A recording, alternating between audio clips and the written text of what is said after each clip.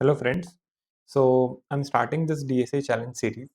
तो ये DSA challenge series है क्या? So basically in this DSA challenge series I will be taking up the questions जो अच्छी कंपनीज लाइक जो बड़ी कंपनीज में क्वेश्चंस पूछे गए हैं। ठीक है। And the companies like which are very popular like Airbnb, Google, amazon, all of it. Okay. And what I will do is मैं एक-एक करके एक-एक प्रॉब्लम स्टेटमेंट्स को I will be taking up and I will be discussing those problem statement with you and then I will move towards the solution. But यहाँ पे एक चीज जो रहेगा वो ये रहेगा कि आपको आसान से आसान भाषा में यहाँ पे चीजें समझाने की मतलब पूरी कोशिश उसी साइड में रहेगी।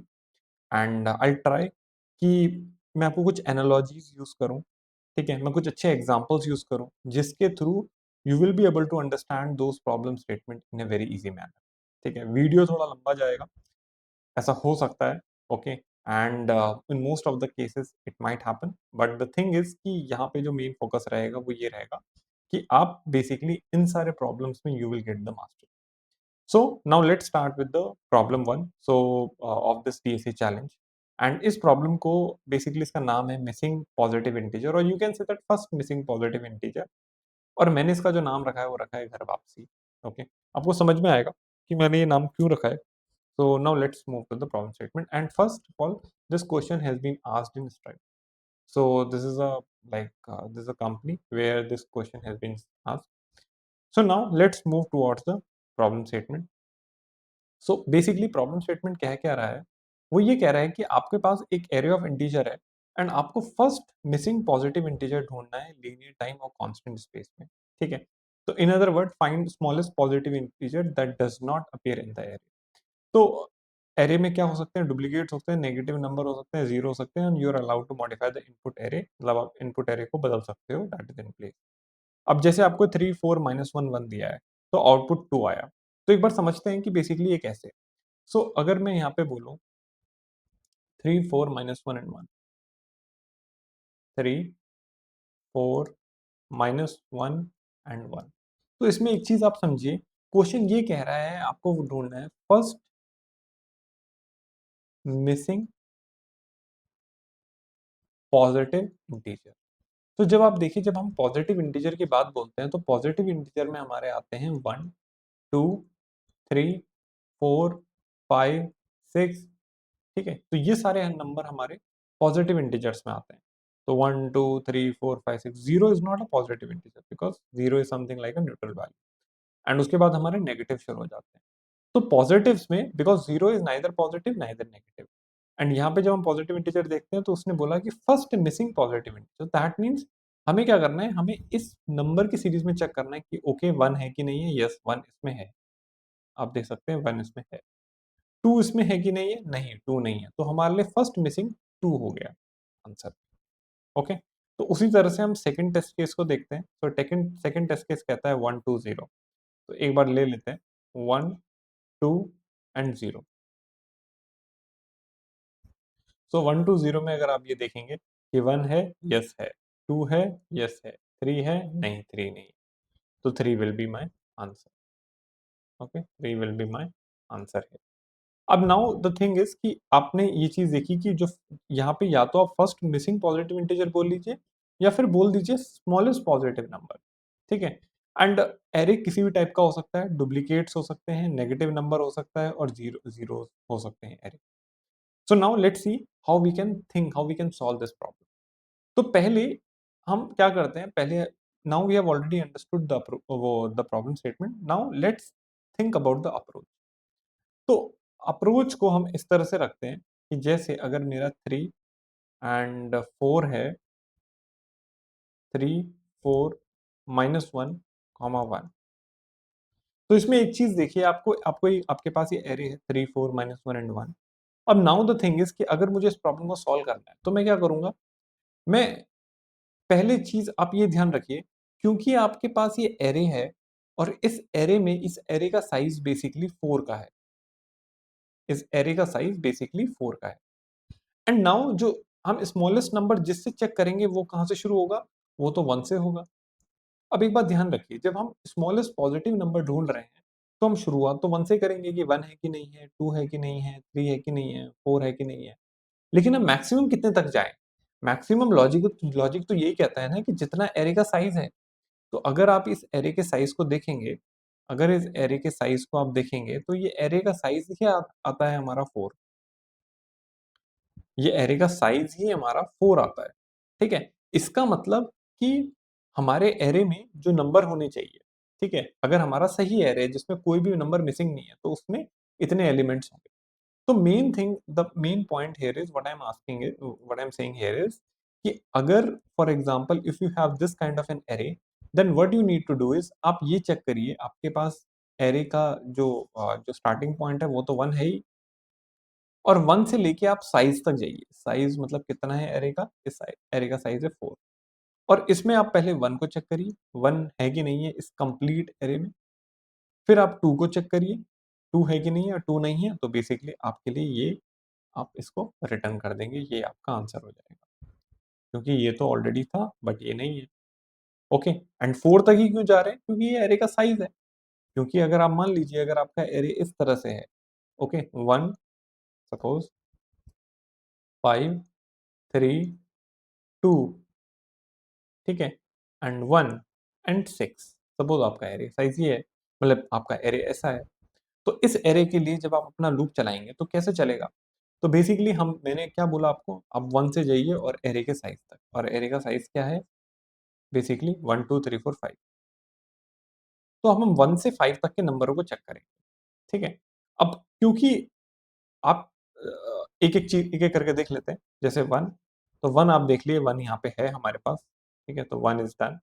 नाउ अगर हम 2 पे आते हैं, तो 2 के साथ अगर आप चेक चेक करें तो 2 भी यहाँ पे हमारे पास है। फिर हम चेक करते हैं 3 को, तो 3 भी हमारे पास है। बट अगर आप यहाँ पे देखिए तो हमारे पास 4 नहीं है, ओके? तो इस केस में बेसिकली हमारा जो आंसर होगा वो तो रिटर्न 4 ही होगा। और ऐसा क्यों हुआ? क्योंकि ऐसा इसलिए हुआ क्योंकि इन्होंने एक एक्स्ट्रा नंबर डाल दिया 6 और 4 को गायब कर दिया।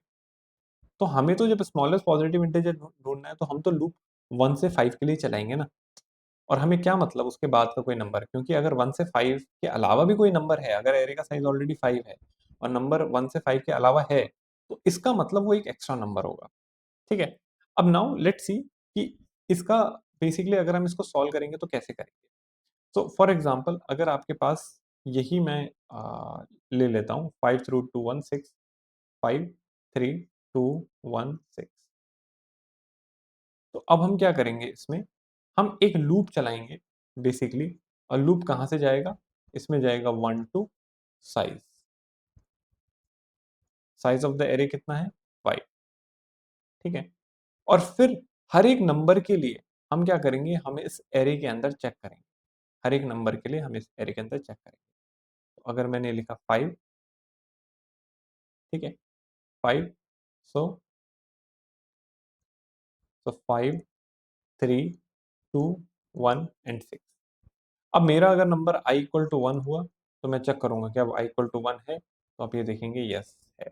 तो ये पूरे के पूरे एरे पे बेसिकली लूप चलेगा। फिर उसके बाद हम क्या करेंगे i इक्वल टू 2 क्योंकि 1 से 5 तक जाना है। तो बेसिकली आप देखिए कि अगर इसमें हम लूप चलाएँगे, तो इसमें क्या होगा? इसमें यही होगा 5 3 2 1 एंड 6 फिर उसके बाद मैं जब 2 को अंदर चलाऊँगा, तो फिर उसमें 2 को फिर मैं इसके अंदर सर्च करूँगा। ओके, फिर मुझे 2 मिल गया। फिर उसके बाद मैं क्या करूँगा, फिर मैं i के लिए चलाऊँगा, i इक्वल टू 3 एंड अगर मैं i के लिए यहाँ पे चलाऊँ, तो यहाँ पे आप देखिए, तो फिर इसके अंदर वो सर्च करेगा 5, 3, 2, 1 एंड 6 तो बेसिकली आप देखिए, ये 3 इसने इसके अंदर चलाया और 3 को इसके अंदर ये लूप चलेगा।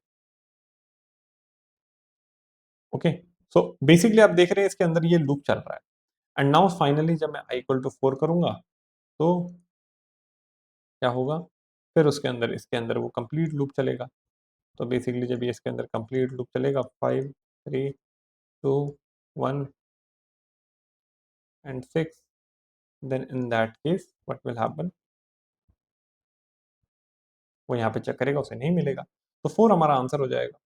तो बेसिकली आप ये चीज़ देखिए कि इसमें जब हमने लूप चलाया, तो एक-एक नंबर के लिए हमने चेक किया। तो अगर मैं इसके लिए इसी के लिए मैं इसका वर्स्ट केस देखूँ, अगर इसी के लिए मैं इसका वर्स्ट केस देखूँ, वर्स्ट केस का मतलब कि मेरा नंबर आखिरी पे है, तो हम ऐसा मान लेते हैं कि हमारे पे एक एरे है, ठीक है? ताकि हम इसका टाइम कॉम्प्लेक्सिटी एनालाइज़ कर सकें।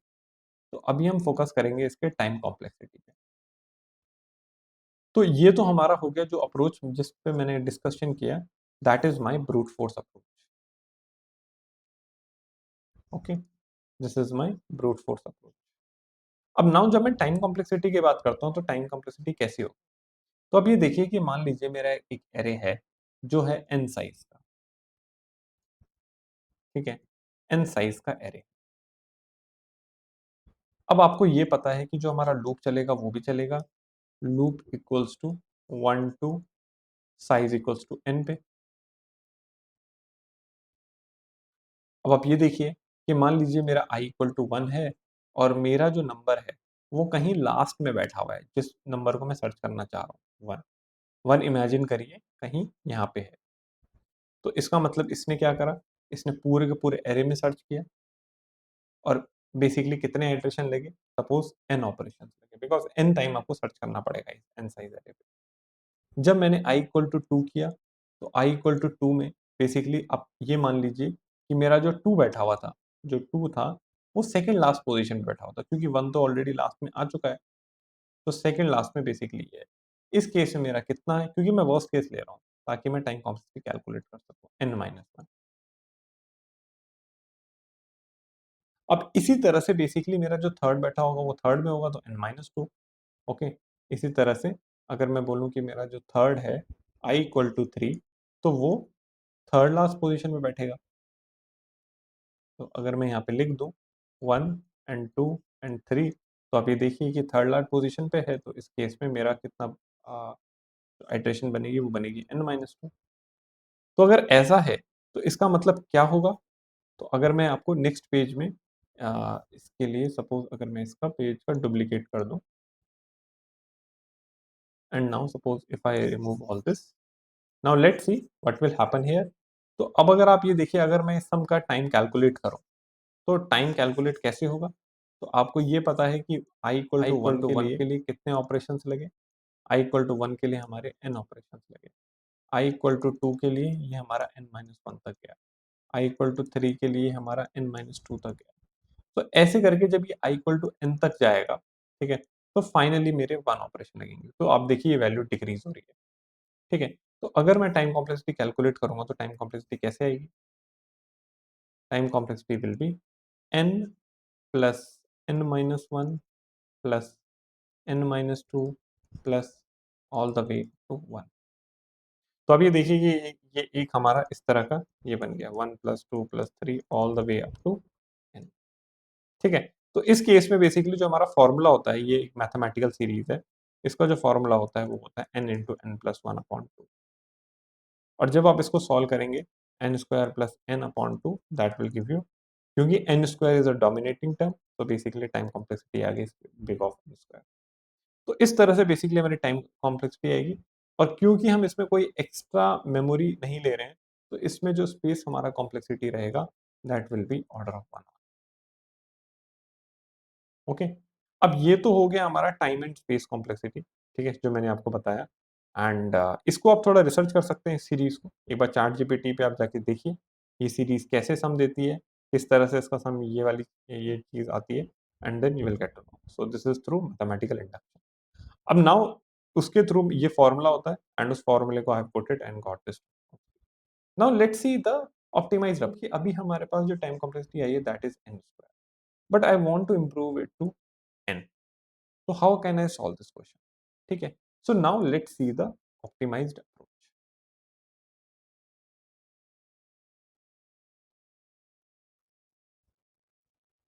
Let's see the optimized approach of this problem statement. अब now अगर मैं इसी क्वेश्चन को देखूं तो आपको दिखेगा 3 4 माइनस 1 एंड 1, ओके? तो अगर मैं इस क्वेश्चन को देखूं तो आपको दिखेगा 3 4 माइनस 1 एंड 1।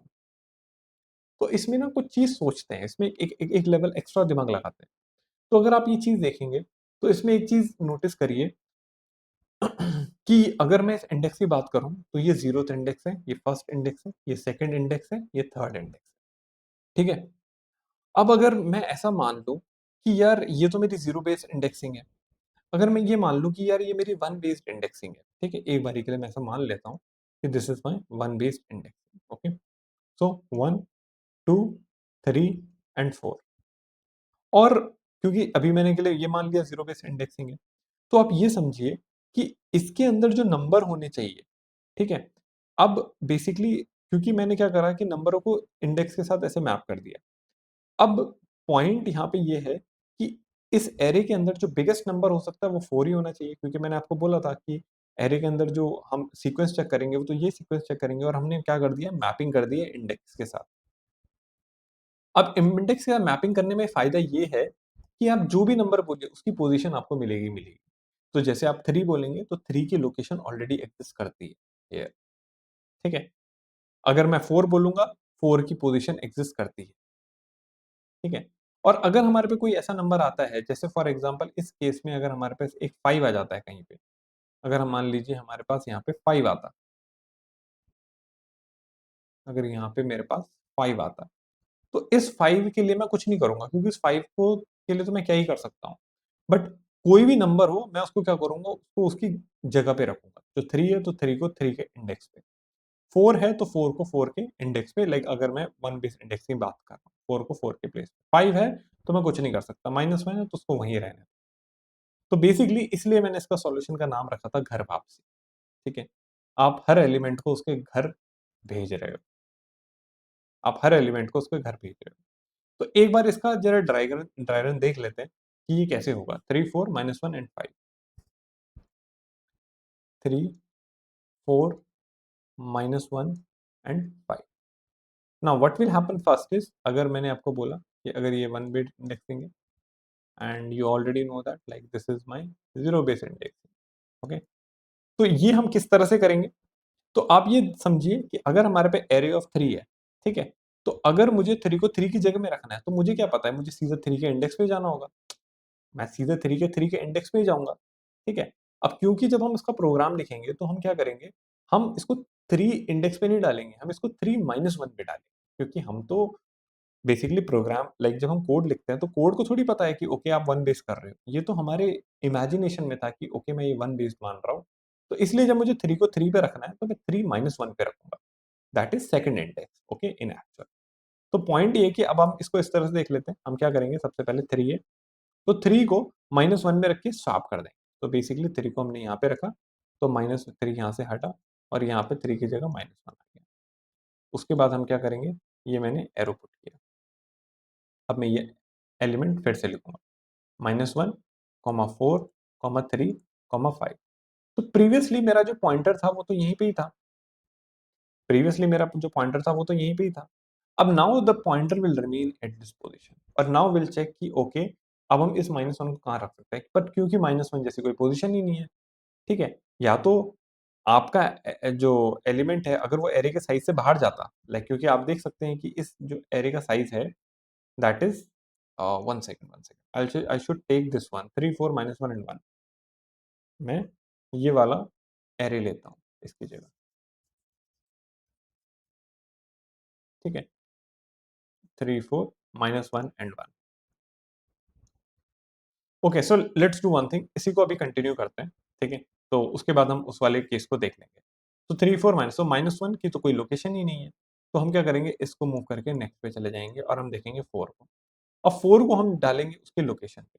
तो जब मैं 4 को उसकी लोकेशन में डालूँगा तो क्या होगा? यहाँ पे आएगा 5 और यहाँ पे आएगा 4 क्योंकि इसके अकॉर्डिंग आप देख सकते हैं कि मेरा जो वन बेस इंडेक्सिंग है उसके अकॉर्डिंग जो लोकेशन है that is this okay. And अगर आप ये वाला इंडेक्स देखेंगे तो इसमें ये है।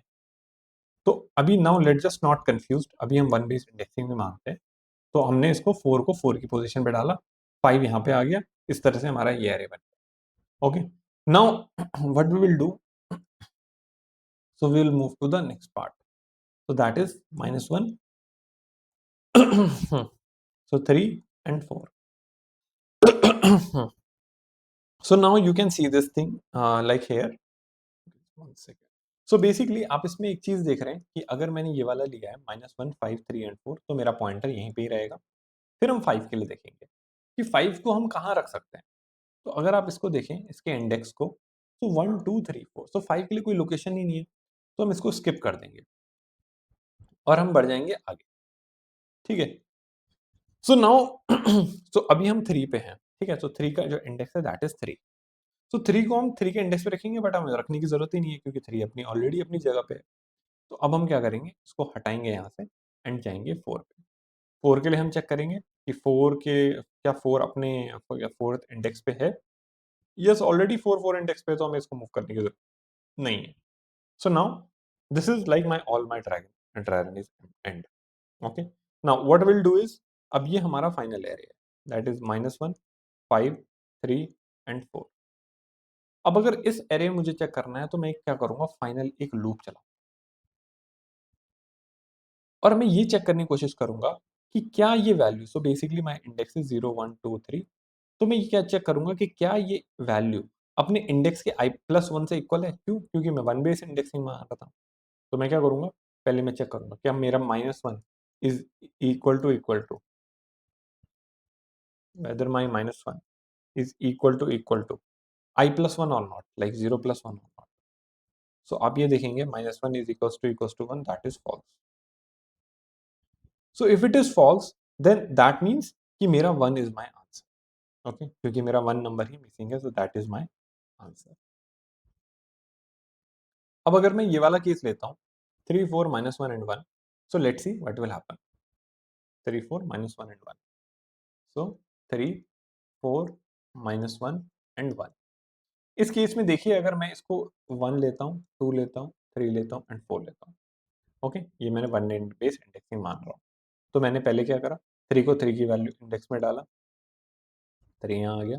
उसके बाद जो मेरा एरे बनेगा, वो क्या बनेगा -1, 4, 3 and 1 and my pointer will stick remain in the same position -1 क्योंकि मैं उसको उसकी जगह में नहीं डाल सकता हूँ। अब हम आगे बढ़ा सकते हैं, ओके? सो अब मैं 4 को मुझे 4 की पोजीशन पे डालना है, तो 4 की पोजीशन आपको पता है, 4 की पोजीशन हमारी कौन-सी है? ये वाली। तो अगर 4 की पोजीशन ये है, तो हम यहाँ पे 1 डालेंगे, यहाँ पे 4 डालेंगे, तो 1 मेरा यहाँ आ गया। उसके बाद हम क्या करेंगे, उसके बाद मैं नेक्स्ट पे जाऊँगा, उसके बाद मैं क्या करूँगा -1, 1 एंड 3 एंड 4 अब प्रीवियसली हम यहाँ पे थे, फिर हम स्टिल यहाँ पे सेम यहीं पे ही रहेंगे एंड आपको पता है ये 1 है, ये 2 है, ये 3 है, ये 4 है। अब हम क्या करेंगे, इस बेसिकली 1 को स्वैप करेंगे 1 वाली पोज़ीशन तो -1 यहाँ आ जाएगा, 1 यहाँ पे आ जाएगा। उसके बाद जब आप इसको देखेंगे तो आपका आएगा 1 -1 3 एंड 4 ओके? एंड ये जो आपका इंडेक्स है that will remain the same 1 2 3 4 और उसके बाद हम क्या करेंगे, हम -1 में आएँगे क्योंकि -1 की कोई लोकेशन नहीं है, तो हम आगे चले जाएँगे। 3 अपनी लोकेशन पे है, तो हम यहीं पे रहेंगे। 4 अपनी लोकेशन पे है, हम यहीं रहेंगे। फिर नाउ इट्स एंड। सो अगर ये एंड हो चुका है, तो उसके बाद हम क्या करेंगे 1 -1 3 एंड 4 अब मैं बेसिकली क्या करूँगा, now I will put the index value 1 2 3 and 4 okay? तो जनरली मैं अब 0 बेस इंडेक्सिंग ले लूँ, तो हम चलाएँगे लूप। तो जब हम लूप चलाएँगे तो ये हम इसको मैप करेंगे क्योंकि ये इंडेक्स किससे इक्वल होना चाहिए, तो 1 है क्योंकि अगर सारे एलिमेंट अपने घर पहुँच चुके हैं, तो बेसिकली 1 हम चेक करेंगे क्या ये इक्वल टू है 0 प्लस 1 के? येस क्योंकि हमने 1 बेस इंडेक्सिंग माँगी थी, तो 1 equal to 1 that is true, okay? So this is working. Now after this we will come to this one. तो -1 is equals to 1 plus 1 so आपको पता है -1 is equals to 2 that is false. तो अब हम क्या करेंगे कि अब हमारा जो आंसर होगा that will be you can say that like this 2 number is actually missing so 2 will be our answer so this is how this approach is working this is how this approach is working अब now let's see how we can implement this thing in code ठीक है पहले हम code में देख लेते हैं और फिर उसके बाद हम देख लेंगे इसकी time complexity time and space complexity so now let's see that how we can implement this in the code सो अगर मैं इसको कोड में इम्प्लीमेंट करूँ, तो सबसे पहले हम क्या करते हैं कि हम ये फंक्शन बना लें, ठीक है? और guys I will be using for code I will be using the Python language, ठीक है? बट टेंशन नहीं लेनी क्योंकि आप उसको फिर किसी भी लैंग्वेज में कन्वर्ट कर सकते हैं, ठीक है? क्योंकि हमारा जो मेन लॉजिक है वो तो सेम ही रहेगा और मैं पाइथन में भी जब इम्प्लीमेंट करूँगा तो सिम्पलेस्ट वे में आई will be writing the code. Simplest writing means कि मैं ऐसे कोई सिंटेक्स यूज़ नहीं करूँगा जिससे आप फ़ैमिलियर ना हो, ठीक है? कंडीशनल लूप्स आप ऑलरेडी फ़ैमिलियर हैं, चाहे आप जावा में इम्प्लीमेंट करना चाहते हैं, चाहे आप गो में इम्प्लीमेंट करना चाहते हैं, चाहे सी प्लस प्लस में, it's your choice. But now I am showing you the syntax in Python क्योंकि पाइथन में सूडो कोड दिखाना बड़ा ईज़ी होता है। तो नाउ लेट्स सी कि फर्स्ट मैंने बोला def first missing basically positive number. Okay, so now here I'll be passing my nums array and here I'll be writing the logic. तो ये मेरा फंक्शन मैंने बना दिया और मैं एक बार nums array भी डिफाइन कर लेता हूँ। तो nums array है मेरा जो मैंने इस पे लिया था 3 4 -1 and 1. So I'll copy it, I'll paste it here and now I'll pass this thing to first missing positive integer. So basically here you can see that like this is the thing. Now what I'll do is अब मैं इसके आगे logic लिखूंगा। तो first of all मैं क्या करूंगा, length निकाल दूंगा नाम से, क्योंकि मुझे पहले लेंथ चाहिए होगी कि लेंथ कितनी है। उसके बाद मैं क्या करूंगा कि इसमें सबसे पहले हम देखेंगे स्टेप 1 को। ओके, सो ये स्टेप होगा, इस स्टेप का नाम है घर वापसी। Place each number in the correct position if possible. Like जरूरी नहीं कि सब नंबर को हम उसके पोजीशन पे रख सकें, हो सकता है वो नेगेटिव नंबर हो या कोई ऐसा नंबर हो जो उस एरे के साइज से बड़ा हो क्योंकि उसकी वो लोकेशन ही नहीं है। तो हम क्या करेंगे, हम लूप चलाएंगे while my I is less than n, जब तक मेरा आई है। तो I is like my pointer. तो जो ये आई पॉइंटर था जो मैं इसमें मूव कर रहा था, आप ये देख सकते हैं ये जो एरो था, this is actually my I. so I'll start I actually starting from 0. Okay, तो मैं यहाँ पे I डिफाइन कर लेता हूँ सबसे पहले कि मेरा जो I है वो 0 से शुरू करेगा and while I is less than n, तो first I'll pick up the number, मैं पहले नंबर निकाल लेता हूँ। ठीक है, वो पहला नंबर क्या है और उस नंबर को बेसिकली अब मुझे क्या दो चीजें चेक करनी। पहले मैं चीज में ये चेक करूंगा क्या वो जो नंबर है उसकी जो रेंज है, क्या वो वैल और वो जो वैल नंबर है क्या वो एन के अंदर आता है, लाइक वन और एन के n n n is the array size. तो क्या वो एरे साइज और वन की रेंज के इक्वल आता है। ओके, क्योंकि अगर उससे बाहर जा रहा है तो उसका मतलब तो वो नंबर बेसिकली एक्स्ट्रा है। वो नंबर एक ऐसा नंबर है जो कुछ एक, फॉर एग्जांपल अगर मेरा एरे का साइज ही 4 का है और आपने 5 डाल दिया तो, क्योंकि अगर आप पॉजिटिव इंटीजर देखना चाहते हो तो आप शुरू से शुरू करोगे ना 1 2 3 4, दैट मीन्स वो आउट ऑफ द रेंज है। ठीक है, तो पहली चीज हम ये चेक करेंगे अगर ये वाली कंडीशन बेसिकली वो ट्रू है। एंड दूसरी चीज ये है कि अगर मेरा वैल ओके इक्वल नहीं है, ठीक है, नम्स ऑफ वैल -1 के। So by first of all I just tell you ये वैल वो नंबर है जो पहले इंडेक्स में था। ठीक है, अगर आप ये देखेंगे 3 इज द नंबर जो मेरे पहले इंडेक्स में था, पहले इंडेक्स में था 3। अब 3 को मैं चेक करूंगा 3 के बेसिकली, अब try to understand one thing, जब मैं ये लिख रहा हूँ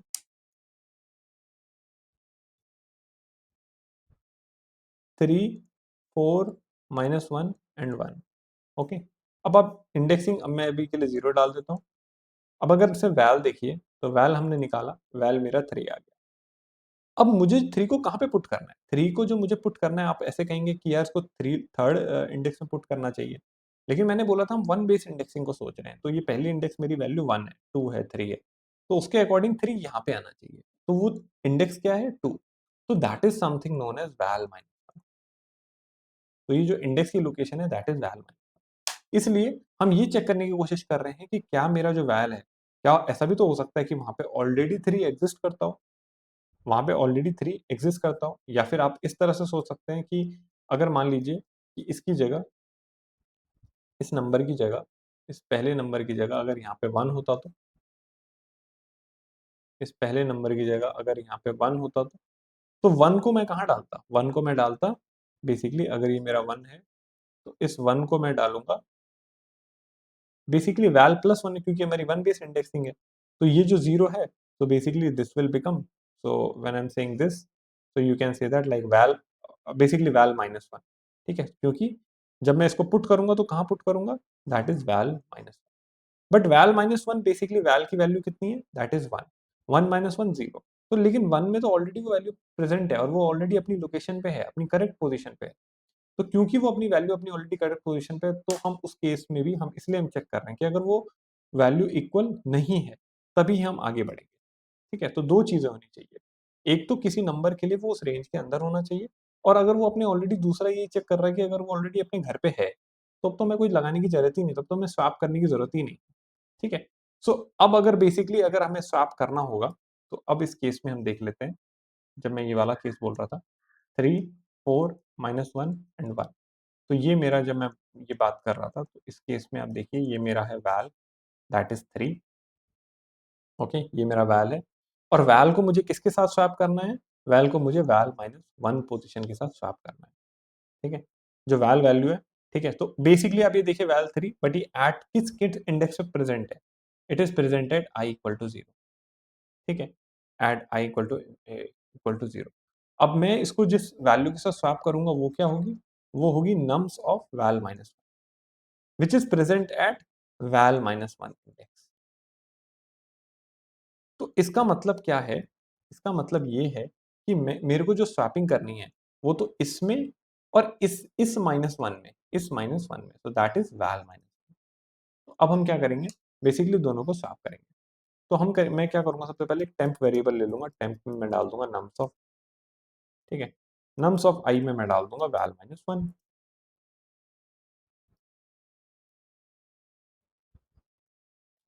और नम्स ऑफ I में नम्स ऑफ वैल वैल -1 में मैं डाल दूँगा फिर अगेन मेरा टेम्प।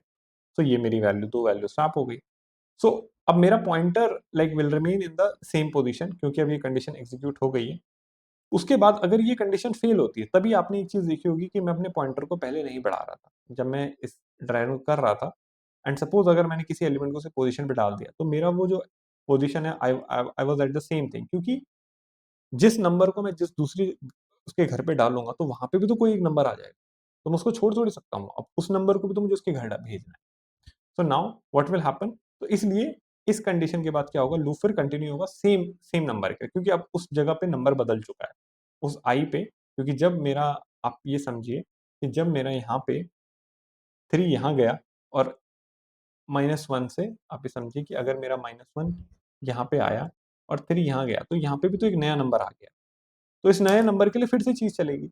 बट अगर वो ये इस कंडीशन को पास नहीं करता है, तब हम इस केस में क्या करेंगे, L I equals to I plus 1, ठीक है?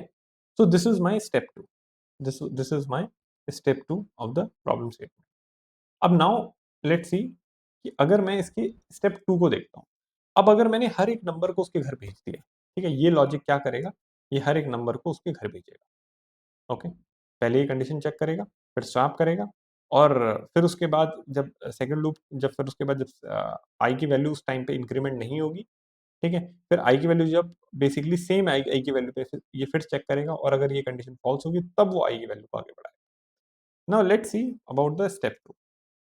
तो अगर मैं स्टेप 2 की बात करता हूँ, तो स्टेप 2 की बात है ये है कि इसमें हम फाइंड द फर्स्ट